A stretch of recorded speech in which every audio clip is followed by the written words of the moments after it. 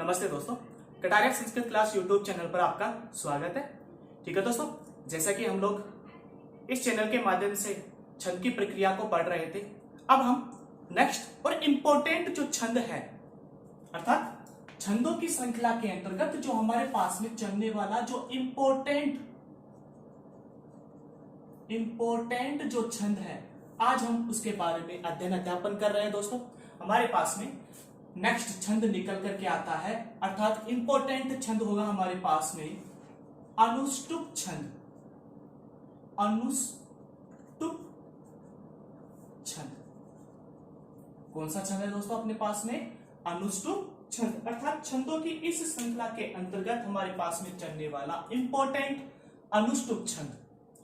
देखिए दोस्तों, ये जो अनुष्टुप छंद है, ये अनुष्टुप छंद हमारे लिए बहुत इंपॉर्टेंट है, क्योंकि लगभग जो भी श्लोक है वो इसी छंद के अंतर्गत बने हुए हैं और हमारे लिए ये इंपॉर्टेंट चीज है, क्योंकि ये छंद सबसे अलग चलता है। दोस्तों, है वार्णिक छंद, लेकिन ये सबसे अलग चलता है। इसकी परिभाषा अलग होती है। इसको जांच करने का जो हम लोगों ने अभी तक जो भी छंद आए उसमें हम लोग या तो वर्णों के आधार पे उसको हम लोग सीख रहे थे, या फिर वर्ण हमारे पास में जैसे कि मान लीजिए 12 वर्ण आ गए तो उसकी गण व्यवस्था बना करके हम लोग उसको सीख रहे थे। लेकिन दोस्तों, ये एक ऐसा छंद है जिसके अंतर्गत न तो कोई वर्ण आएंगे, वर्णों की संख्या निश्चित रहती है, अर्थात ये मानते हैं कि वर्णों की संख्या निश्चित रहती है, लेकिन इसके अंदर कोई गण नहीं होते हैं। अब गण नहीं होते हैं तो फिर हम लोग उसकी पहचान कैसे करेंगे? तो आज हम इस चैनल के माध्यम से अनुष्टुप जो छंद है, इस अनुष्टुप छंद की प्रक्रिया के बारे में सीखते हैं। ठीक है दोस्तों, तो हमारे पास में अनुष्टुप जो छंद है, इस अनुष्टुप छंद का लक्षण होगा, ठीक है दोस्तों, लक्षण होगा इसका श्लोके षष्ठम गुरु गेयम सर्वत्र लघु पंचमम। श्लोक बनता है हमारे पास में। दोस्तों, आगे जगह नहीं होने के कारण मैं इधर लिख रहा हूं, आप जब इसको लिखो तो इसके जस्ट आगे लिख लेना। और ये बनता है श्लोके षष्ठम गुरु गेयम सर्वत्र लघु पंचमम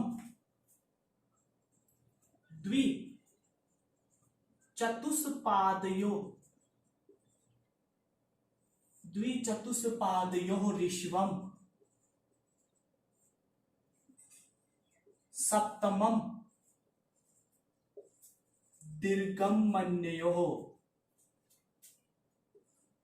श्लोके षष्ठम गुरु गेयम सर्वत्र लघु पंचमम द्विचतुष्पादयो ऋष्वम सप्तम दीर्घम मन्योः।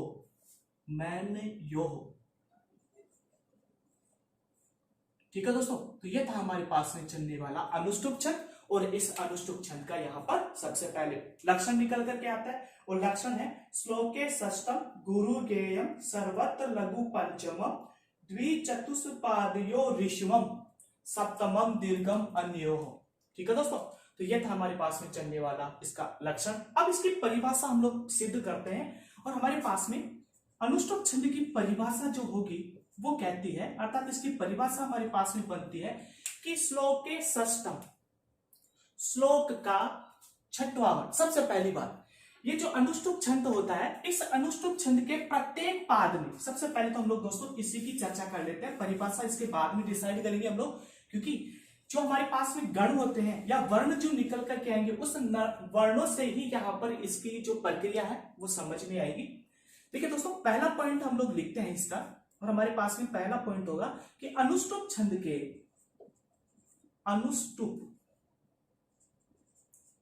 अनुष्टुप छंद के प्रत्येक पाद में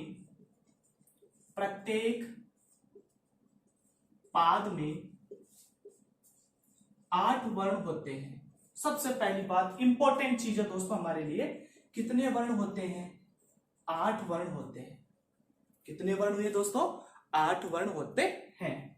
ठीक है दोस्तों, अब देखिए, अब मैं 8 वर्ण यहां पर संख्या लिखता हूं, और संख्या के आधार पे इस श्लोक को हम लोग यहाँ पर सिद्ध करते हैं। जैसे कि पहला पाद आया 1 2 3 4 5 6 7 8, पहला पद 1 2 3 4 5 6 7 8।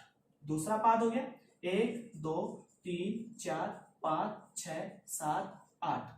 तीसरा पद हो गया दोस्तों हमारे पास में 1 2 3 4 5 6 7 8। ठीक है दोस्तों, तो ये हुए हमारे पास में 4 पाद, और 4 पादों के अंतर्गत हमारे पास में यहाँ पर चारों पादों को हम लोगों ने 8 तक यहाँ पे लिख लिया है। ठीक है दोस्तों, अब श्लोक को हम लोग यहाँ पर इसका अर्थ निकालते हैं और अर्थ निकाल करके इसको सिद्ध करते हैं। ठीक है दोस्तों, अपने को ध्यान में रखना होगा। श्लोक के षष्टम, श्लोक का षष्टम का मतलब क्या हो गया दोस्तों? 6। षष्ठ का शब्द का अर्थ क्या हो गया दोस्तों? 6। गुरु गेयम, गुरु होता है। श्लोक का छठवां जो वर्ण है, श्लोक का छठवां जो वर्ण है वो क्या होता है दोस्तों? गुरु होगा। क्या होगा दोस्तों अपने लिए यहां पर? गुरु होता है। नेक्स्ट, श्लोक के षष्टम गुरु गेयम सर्वत्र लघु पंचमम। सर्वत्र, सर्वत्र का मतलब हो गया सभी 4 पादों में लघु होगा। कौन सा वर्ण? 5वां वर्ण। कौन सा वर्ण? 5वां वर्ण। अर्थात ये आ गया हमारे पास में पंचम वर्ण। ये पंचम वर्ण जो होगा वो हमेशा ही क्या होगा दोस्तों अपने लिए? लघु होगा। क्या होगा दोस्तों अपने लिए? यहां पर लघु होगा। और लघु के लिए दोस्तों अपन लोग क्या लिखते हैं? एक। लघु के लिए क्या लिखते हैं दोस्तों? एक। फिर से स्टार्ट करते हैं। श्लोक के षष्टम, श्लोक का छठवां वर्ण क्या होगा? गुरु होगा। सर्वत्र लघु पंचमम, और 5वां वर्ण सभी जगह क्या होगा दोस्तों? लघु होता है। नेक्स्ट, द्विचतुष्पादयो ऋष्वम। द्वि का मतलब हो गया दोस्तों दूसरा और चौथा पाद। दूसरा और चौथा पाद। द्विचतुष्पादयो ऋष्वम, दूसरे और चौथे पाद में ऋष्व होता है। द्विचतुष्पादयो शब्द का अर्थ हो गया दोस्तों दूसरे और चौथे पाद में क्या होगा? ऋष्व होगा। कौन सा? सप्तमम। यानी कि एक तो ये वाला और चतुष्पादयो ये वाला, ये क्या होगा दोस्तों? ऋष्व होंगे। ये क्या होंगे हमारे लिए? ऋष्व होंगे। ऋष्व होंगे तो यहां पर हम लोग क्या लिखेंगे? एक। ऋष्व को हम लोग क्या कहते हैं? लघु। ऋष्व को हम लोग क्या कहते हैं? लघु। तो वहां पर क्या लिखेंगे? एक। सप्तमम दीर्घम अन्योह, बाकी के दीर्घम अन्योह। और बाकी के जो हमारे पास में बच गए, अब बाकी के बचने वाले कौन से रह गए दोस्तों? एक तो शेष रह गया ये, और एक शेष रह गया तीसरा, यानी कि पहला और तीसरा। दीर्घम अन्योह हमेशा ही क्या होते हैं दोस्तों? वो दीर्घ होते हैं। दीर्घ का मतलब क्या हो जाएगा दोस्तों? गुरु। दीर्घ का अर्थ क्या हो जाएगा दोस्तों? गुरु। अब देखिए दोस्तों हमारे पास में प्रथम जो पाद है, इस प्रथम पाद में 5वां वर्ण कौन सा है? लघु। छठवां वर्ण कौन सा आ गया? गुरु। और 7वां वर्ण कौन सा आ गया? गुरु। यानी कि प्रथम पाद में 5 6 7वां वर्ण क्या होना चाहिए? एक एस होना चाहिए। दूसरे में देखो दोस्तों, यानी कि यहां पर हमारे पास में एक, फिर क्या है दोस्तों? एस एक, इस तरीके से यहां पे होना चाहिए, क्योंकि एक एस एक। ठीक है दोस्तों, नेक्स्ट हमारे पास में निकल कर क्या है? जैसे कि एक, फिर आगे है गुरु होता है छठवां वर्ण हमेशा ही, तो गुरु होगा। उसके बाद में यहां पर क्या है? 7वें नंबर पर एस, तो हमारे पास में हो गया एस। लास्ट में आ जाता है हमारे पास एक एस एक। ठीक है दोस्तों, तो हमारे पास में प्रथम पाद में तो क्या होना चाहिए? एक एस एस। दूसरे पाद में एक एस एक। तीसरे पाद में एक एस एस। और चौथे पाद में एक एस एक होना चाहिए। लेकिन कौन से वर्ण होने चाहिए दोस्तों? 5वां, छठवां और 7वें वर्ण के अंतर्गत ही हम लोग चेक करेंगे, जांचेंगे। इनके अलावा हम लोग जांच नहीं सकते हैं। ठीक है दोस्तों, तो ये थे हमारे पास में चलने वाले अनुष्टुप छंद। अब इस अनुष्टुप छंद की हम लोग परिभाषा तैयार करते हैं। ठीक है दोस्तों, इस अनुष्टुप छंद की हम लोग परिभाषा तैयार करते हैं और इन वर्णों को अपने याद रखना होगा। अब देखिए दोस्तों, इसकी परिभाषा कैसे तैयार करते हैं, वो परिभाषा हमारे पास में कैसे बनेगी, अब उसके बारे में हम लोग यहाँ पे लिखते हैं। यहां पर परिभाषा बनती है इसकी दोस्तों, परिभाषा, और परिभाषा बन जाती है कि वह छंद जिसके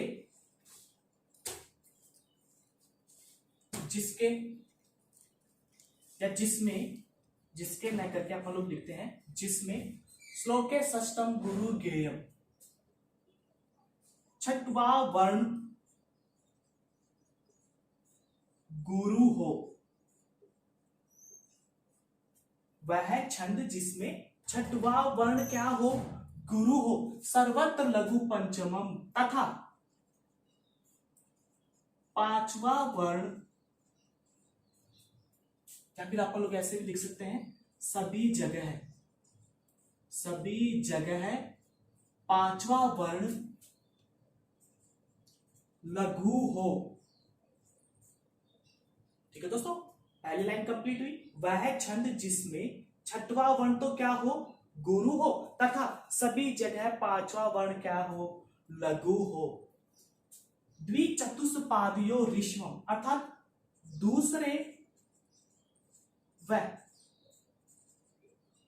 चौथे पाद में ऋष्वम सप्तम, अर्थात सातवां वर्ण ऋष्व हो, तथा पहला और तीसरा जो पाद बच गया, पहला और तीसरा जो पाद रह गया, वहां पर सातवां जो वर्ण होगा वो सातवां वर्ण क्या हो दोस्तों, दीर्घ हो तो उसे कौन सा छंद कहते हैं दोस्तों, अनुष्टुप छंद कहते हैं। उसे कौन सा छंद कहते हैं दोस्तों, अनुष्टुप छंद कहते हैं। ठीक है दोस्तों, तो ये था हमारे पास में चलने वाला अनुष्टुप छंद। अनुष्टुप छंद का श्लोक लक्षण था श्लोके षष्ठम गुरु गेयम सर्वत्र लघु पंचमम द्विचतुष्पादयो ऋष्वम सप्तम दीर्घम अनयोः, अर्थात इसके प्रत्येक पाद में कितने वर्ण होते हैं दोस्तों, 8 वर्ण होते हैं। और इसकी परिभाषा होती है कि वह छंद जिसमें छठवां वर्ण तो क्या हो, गुरु हो, तथा पांचवा वर्ण हमेशा ही क्या हो, लघु हो, लेकिन दूसरे और चौथे पाद में सातवां जो वर्ण होगा वो क्या होगा दोस्तों, ऋष्व होगा। कौन से पाद में, दूसरे और चौथे पाद में। तथा पहले और तीसरा जो पाद बच गया उसका सातवां वर्ण हमेशा ही क्या होता है दोस्तों, दीर्घ होता है, गुरु होता है। तो उसे कौन सा छंद कहते हैं दोस्तों, अनुष्टुप छंद कहते हैं। ठीक है दोस्तों, आप या तो इस तरीके इस माध्यम से आप लोग सीख सकते हो, या फिर मैंने जैसे कि 1 से लेकर के 8 तक की वहां पर वर्ण लिखे थे, तो वर्णों के अंदर जैसे कि मैंने 5, 6, 7, ठीक है दोस्तों, वो जो हम लोगों ने फॉर्मेट बनाया था, अब एक बार मैं यहाँ पर इस ब्रैकेट के अंदर भी लिख देता हूं दोस्तों। पहला हमारे पास में निकल करके आया था, जैसे कि प्रथम जो पाद था उस प्रथम पाद में हमारे पास में आ रहा था एक एस एस। ठीक है दोस्तों, दूसरा जो पाद था उसमें था एक एस एक, तीसरे पाद में था एक एस एस, और चौथे पाद में था एक एस एस, सॉरी एक। अर्थात ये कहां पर होंगे, पांचवें वर्ण में तो ये सभी के सभी लघु, छठवें वर्ण के अंदर सभी के सभी गुरु, और सातवें वर्ण के अंतर्गत। अब सातवें वर्ण में पहले और चौथे, दूसरे और चौथे में तो क्या होंगे, ऋष्व। दूसरे और चौथे में क्या होंगे दोस्तों, ऋष्व। पहले और तीसरे के अंदर, पहला और तीसरे के अंदर ये क्या होंगे दोस्तों, दीर्घ होते हैं। तो वहां पर क्या बन जाएगा दोस्तों, अपने पास में अनुष्टुप छंद बन जाता है। ठीक है दोस्तों, तो आप या तो इस बोर्ड का स्क्रीनशॉट ले लीजिए, और इसके बाद में हम लोग यहाँ पर एक उदाहरण लेते हैं और उस उदाहरण को हम लोग यहाँ पर क्लियर करते हैं, उसे समझते हैं।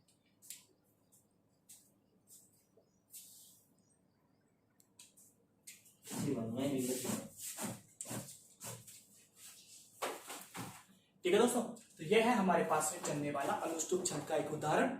अब देखिए दोस्तों, अनुष्टुप जो छंद होता है, इस अनुष्टुप छंद के प्रत्येक पाद में कितने वर्ण होते हैं, 8 वर्ण होते हैं दोस्तों। कितने वर्ण होते हैं, 8 वर्ण होते हैं। तो सबसे पहले अपन लोग काउंट कर लो, 1 2 3 4 5 6 7 8, यानी कि 8 वर्ण आ गए। तो कौन सा छंद होगा दोस्तों, अनुष्टुप छंद होगा। लेकिन अब अनुष्टुप छंद है या नहीं है, उसके लिए अपने को एक तो कौन सा वर्ण, पांचवा, एक कौन सा, छठवा, एक कौन सा, सातवां वर्ण। अर्थात इसके अंतर्गत हमारे पास में क्या क्या होने चाहिए दोस्तों, यदि हमारे पास में पहला पाद हो तो उसके लिए एक एस एस, दूसरा पाद हो तो एक एस एक, तीसरा पाद हो तो एक एस एस, और चौथा पाद हो तो एक एस एक। ऐसा वहां पर फॉर्मेट होना चाहिए। देखिए दोस्तों, सबसे पहले हम लोग यहाँ पर लिखते हैं, अर्थात उसको निकालते हैं। 1 2 3 4, पांचवें नंबर का ये हो गया, छठवां ये, सातवां। ठीक है दोस्तों, तो हमारे पास में 5 6 7 इन वर्णों के ऊपर ही चल रहा है। अब हम लोग इसको देखते हैं। देखिए दोस्तों, यहाँ पर आ गया एक, क्या के साथ भी विसर्ग है तो क्या बन जाएगा, गुरु। अब देखिए दोस्तों, यहाँ पर ये रै की मात्रा आगे चलेगी, लेकिन इसके आगे आधा श है, पूर्व वाले वर्ण में आएगा तो क्या बन जाएगा, एस। देखिए दोस्तों, एक एस एस मैच खा रहा है क्या, एक एस एस, इसका मतलब यहाँ पर क्या है, राइट है। इसका मतलब ये कौन से छंद का उदाहरण हो गया, अनुष्टुप छंद का उदाहरण हो गया। इसी तरीके से सेकंड वाला निकालते हैं। 1 2 3 4 5, यानी कि 5 6 और 7। यहां वर्णों को ही चेक करना होता है दोस्तों। अब यहाँ पे निकालते हैं, एक एस एक। देखिए दोस्तों, दूसरा पाद है हमारे पास में, दूसरे पाद में आ रहा है एक एस एक। सेकंड वाला मैच किया, एक एस एक, मैच खा रहा है दोस्तों। इसका मतलब यहाँ पर मैच खा गया तो फिर निश्चित रूप से कौन सा छंद हो जाएगा दोस्तों, अनुष्टुप छंद हो जाता है। बाकी के बच गए दोस्तों दो पाद। दो पादों के अंदर आप लोग पहले काउंटिंग करोगे, और काउंटिंग करके कौन से वर्णों पर, 5 6 7 वर्णों की अपने को गण व्यवस्था निकालनी है। यदि गण व्यवस्था इसके आधार पे मैच खा जाती है, मिल जाती है, तो फिर निश्चित रूप से कौन सा छंद होगा दोस्तों, अनुष्टुप छंद। और इसी तरीके से अपने को अंतिम जो पाद शेष रहा उसके अंतर्गत भी अपने को ऐसा ही करना होगा। ठीक है दोस्तों, तो ये था हमारे पास में चलने वाला अनुष्टुप छंद। यदि ये चैनल आपको पसंद आया हो, या फिर ये जो छंद की प्रक्रिया जो मैंने आप लोगों को सिखाई, शॉर्ट एंड स्वीट तरीके से मैंने आप लोगों को ये चीजें सिखाई है, तो आप इस चैनल को लाइक करें, शेयर करें और सब्सक्राइब करें। दोस्तों, कमेंट बॉक्स में लिखना न भूलें। धन्यवाद दोस्तों।